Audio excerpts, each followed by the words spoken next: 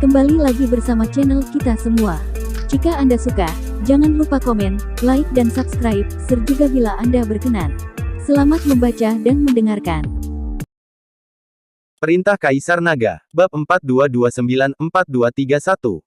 Dev mengeluarkan mutiara pengikat angin dari cincin penyimpanan. Mutiara itu diperoleh dari kura-kura suci tua yang menyerah di lautan tinta. Namun, Dev tidak yakin apakah mutiara pengikat angin ini dapat menahan kekuatan badai sejauh puluhan mil. Semua orang tercengang saat melihat badai besar terbentuk di depan mereka. Aura kematian menyelimuti kepala semua orang. Di atas perahu roh, terjadi lebih banyak kekacauan, dan bahkan orang-orang yang pendiam pun mulai gemetar dan menangis. Tuan, badai ini terlalu besar, aku khawatir formasi kita tidak dapat menahannya. Theseus melihat badai besar yang perlahan terbentuk di depannya dan berkata dengan cemas. Setelah mendengar apa yang dikatakan Theseus, Wilder Chen datang bersama Avery Zong dan mereka segera bergabung. Rekan Taois Chen, apa yang harus kita lakukan saat ini? Apakah kita semua akan mati di sini? Wilder bertanya. Jangan khawatir, selama kita melewati badai ini dan memasuki pusat badai, kita akan aman. Area pusat badai besar ini pasti tenang. Dev melihat badai yang diameternya puluhan mil. Dia tahu bahwa untuk badai sebesar ini, pusatnya adalah yang paling aman. Mereka harus menemukan cara agar perahu roh melewati tepi badai dengan cepat, karena tepian badai memiliki kekuatan penghancur yang paling besar.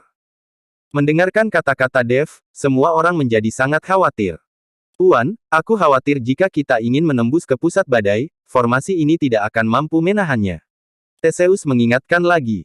Setiap orang juga merasa bahwa perahu roh yang goyah ini tidak dapat menahan kehancuran akibat badai sebesar itu.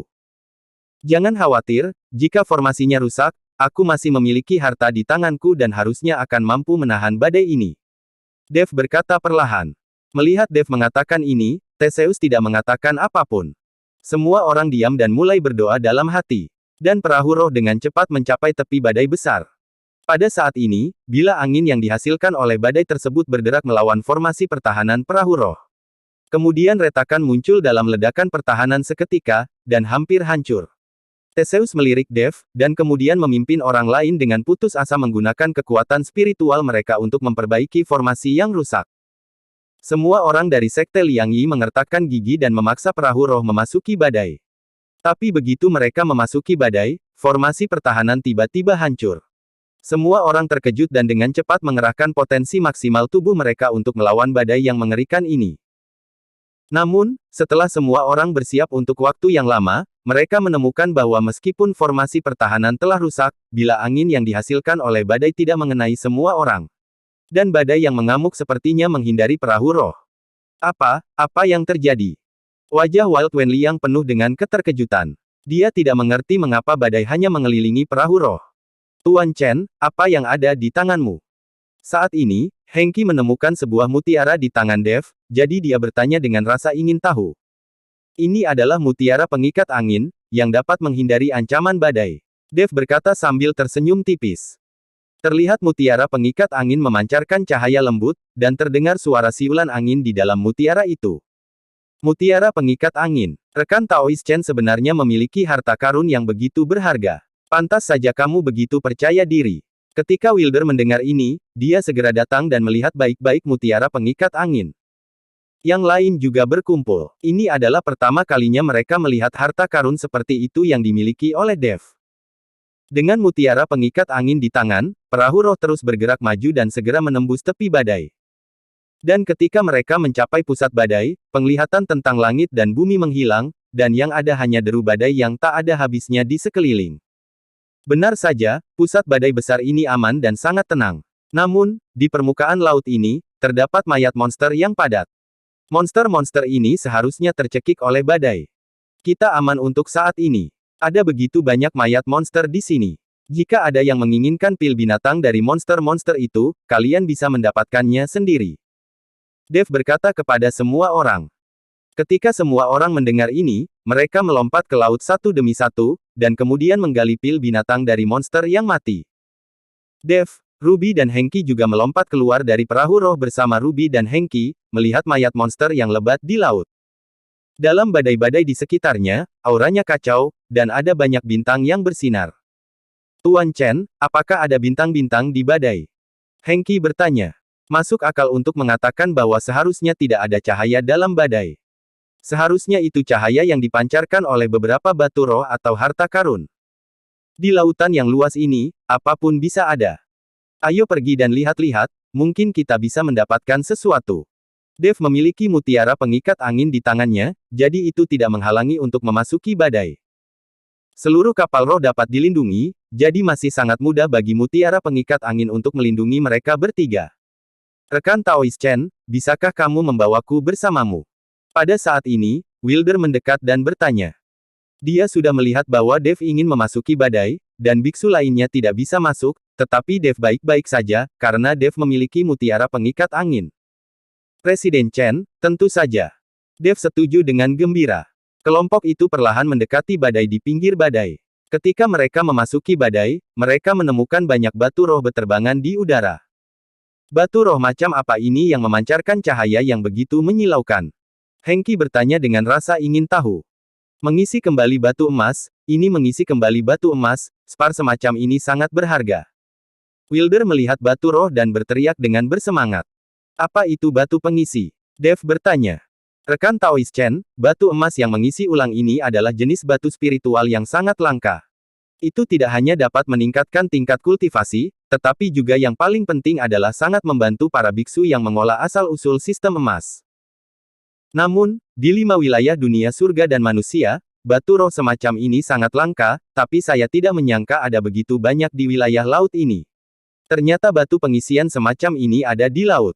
Kata Wilder. Ketika Dev mendengar ini, dia ternyata benar. Asal-usul sistem ini sangat membantu, jadi dengan lambaian telapak tangan Anda, sebuah batu pengisi ada di tangan Anda. Dev juga kebetulan menyadari asal-usul sistem emas. Dengan batu emas tambahan ini, dia bisa membuat kekuatan asalnya tumbuh banyak. Ayo lakukan bersama, tapi jangan terlalu jauh dariku, kalau tidak mutiara pengikat angin tidak akan berpengaruh. Dev berkata. Ruby dan yang lainnya mengangguk, lalu mulai mengumpulkan batu-batu pengisi di badai. Alkemis lain, di sisi lain, dengan bersemangat memanen pil binatang dari monster itu, dan ada juga beberapa batu roh dan harta karun yang berserakan di laut. Di luar badai, Theo dan yang lainnya menyaksikan Dev dan perahu roh mereka terlibat dalam badai besar, dan mereka semua tersenyum. Itu bagus, memasuki badai sebesar itu, tidak diragukan lagi kamu akan mati. Saat badai berhenti, kita akan mengambil tubuh Dev dan pergi ke aliansi penyegelan iblis untuk menerima hadiahnya. Lowen menghela nafas lega. Badai ini tidak akan berhenti selama 15 hari. Kata Flavian. Ketika Lowen mendengar ini, dia mengerutkan kening, lalu apa yang harus kita lakukan?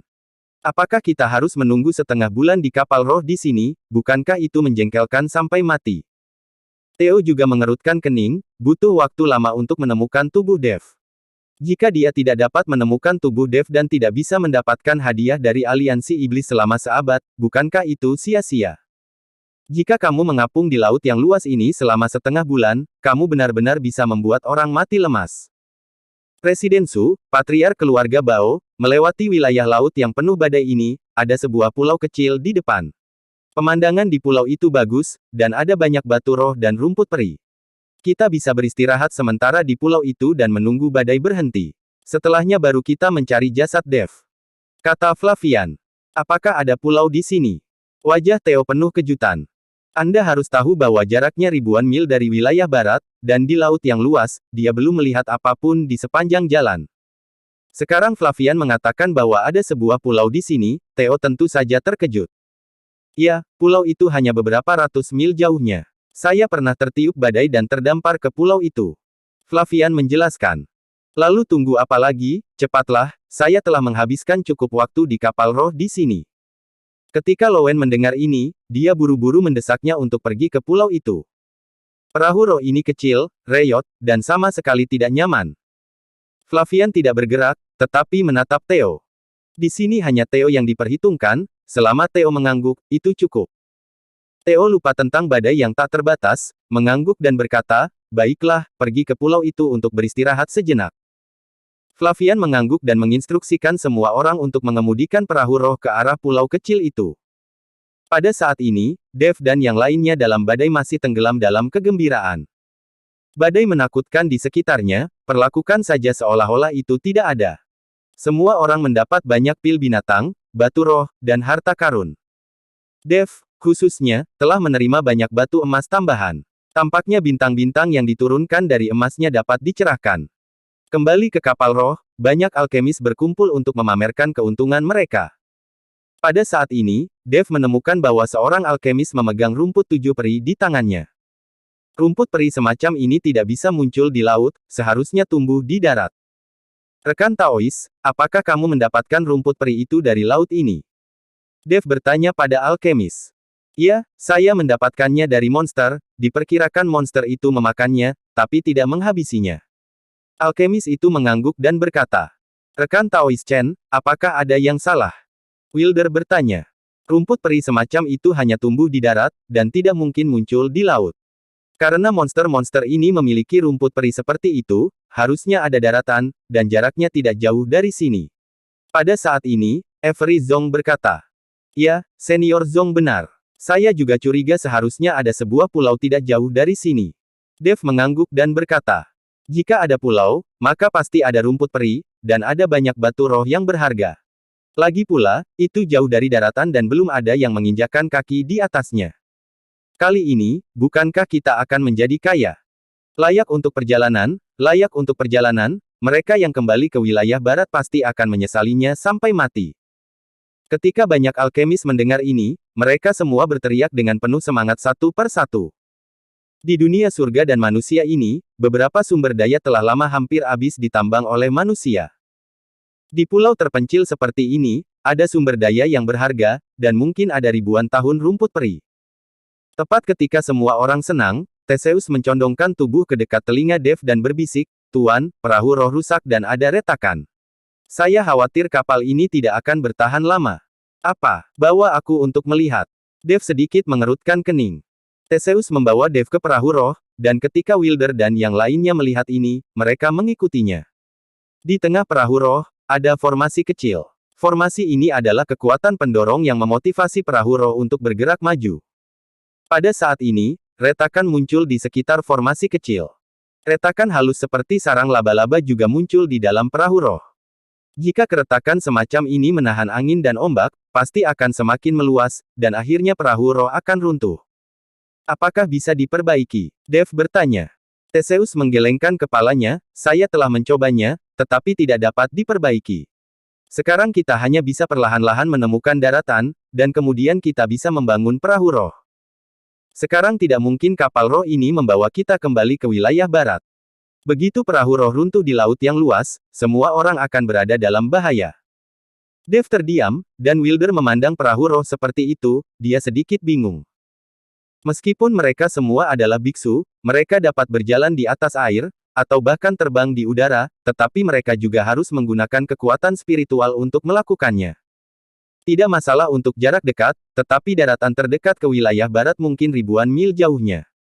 Siapa yang bisa bertahan dalam jarak yang begitu jauh? Bersambung.